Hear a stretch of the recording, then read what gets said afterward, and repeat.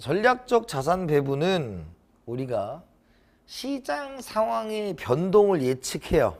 그래서 시간적으로 자산의 시장을 예측해서 자산의 구성비를 변동시키는 걸 전략적 자산 배분이라고 하는 겁니다.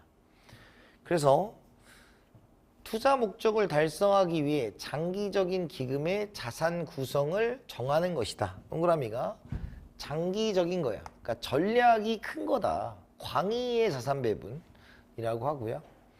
구체적으로 전략적 자산 배분이란 장기적인 기금 내 자산 집단별 투자 비중과 중기적으로 각 자산 집단에 변화할 수 있는 투자 비율 한계를 결정한다. 그래서 장기적으로 기금 내 자산 집단별 투자 비중을 정하는 거다라는 겁니다. 그래서 우리가 앞으로, 왜냐면 단기적인 것도 있겠지만 이런 거 있잖아요. 4848, 그러니까 이게 항상 우리가 이제 투자를 할 때 고민을 하는 게 그거 아닙니까? 무조건 장기 투자가 좋냐? 그건 몰라요.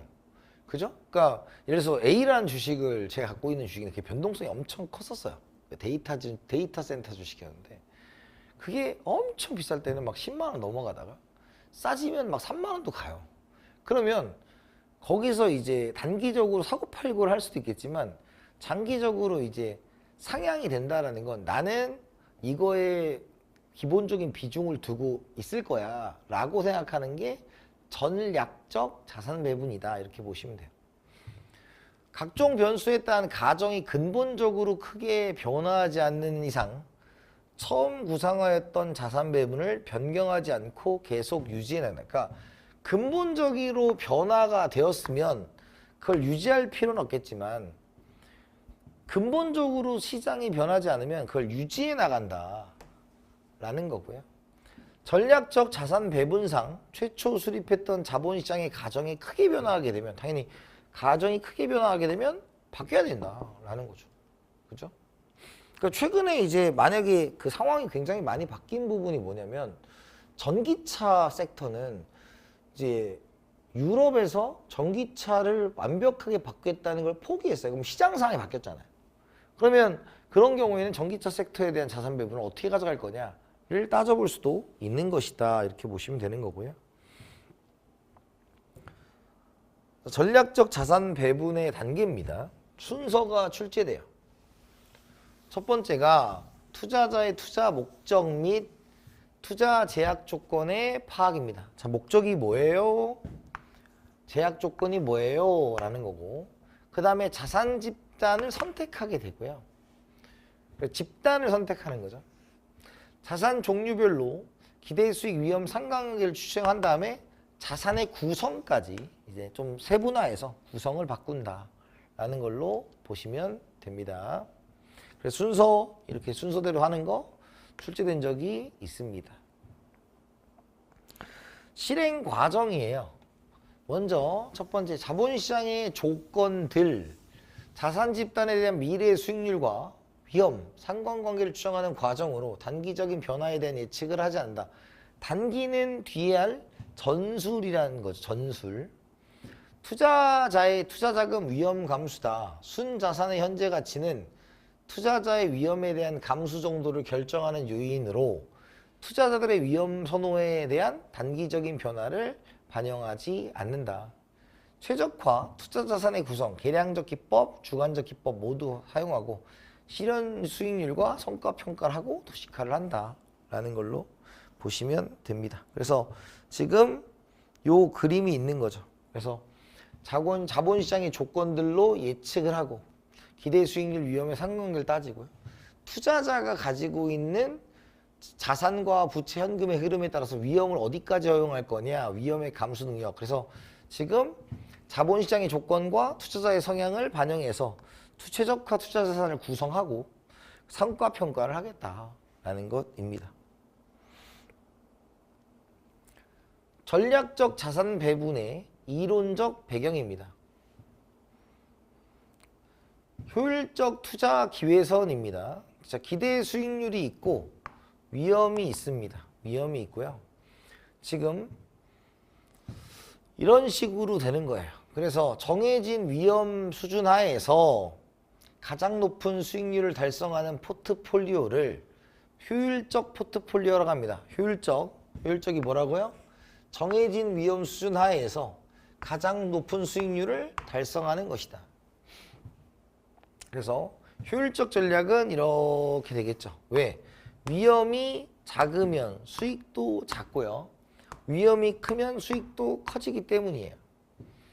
그런데 이제 위쪽은 낮은 위험에 높은 수익을 기대할 수 없으니까 실행 불가능한 전략이 되고, 여기는 정해진 위험에서 가장 높은 수익률이 여기인데 여기는 이렇게 되는 거잖아. 그럼 이거보다 작은 거니까 얘는 비효율적인 전략이다 라고 하는 겁니다.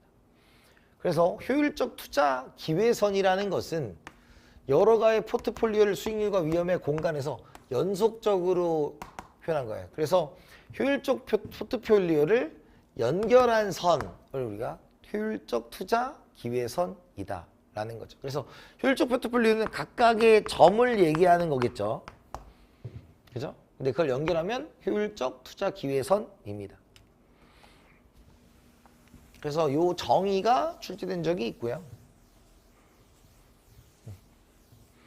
그 다음에 퍼지 투자 기회선이에요.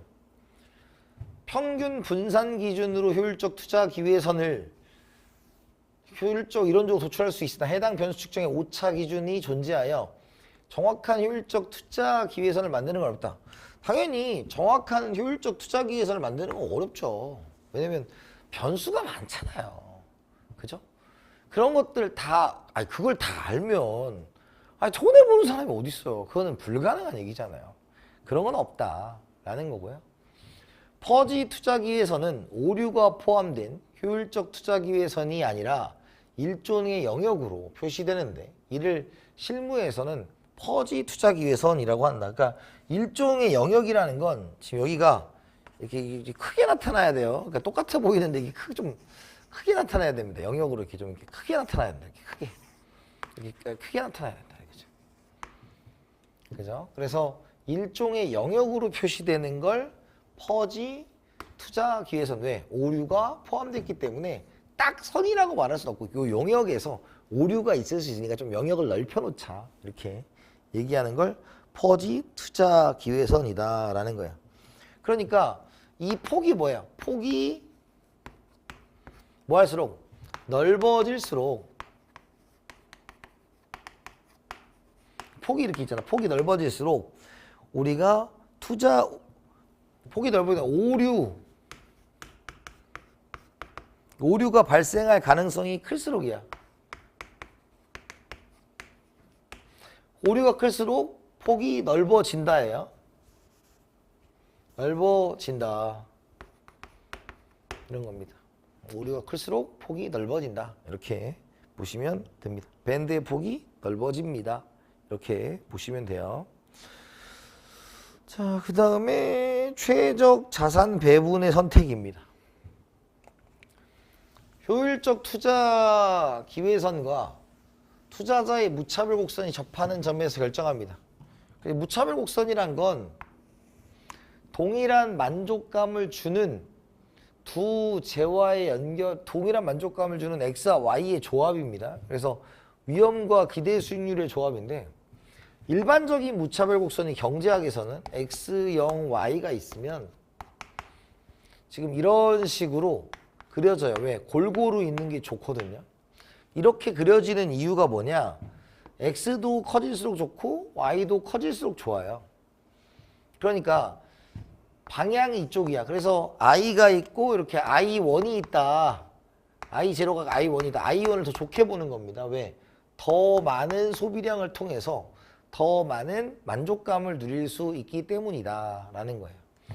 그러면 지금 나와 있는 것에서는 얘가 X고 0이고 Y인데 얘가 이제 위험이고 얘가 수익률이잖아요. 그럼 수익률은 클수록 좋고 위험은 뭐예요? 작을수록 좋으니까 이 둘을 합쳤을 때 요 방향으로 진행이 간다. 그래서 이렇게 I0와 I1으로 가기 때문에 지금 이런 형태의 무차별 곡선이 나오는 거죠. 근데 이렇게도 나올 수가 있죠. 그러니까 노란 선보다는 흰 선이 더 원점에서 멀어질 수 있는 거죠. 좋은 게 많은 거잖아요. 그러니까 접하게 그린다라는 겁니다. 그래서 최적 자산의 선택은 효율적 투자 기회의 선과 투자자의 무차별 곡선이 만나는 요 점에서 결정이 된다라는 거죠. 그래서 무차별 곡선은 기대 수익률 한 단위를 증가시키기 위해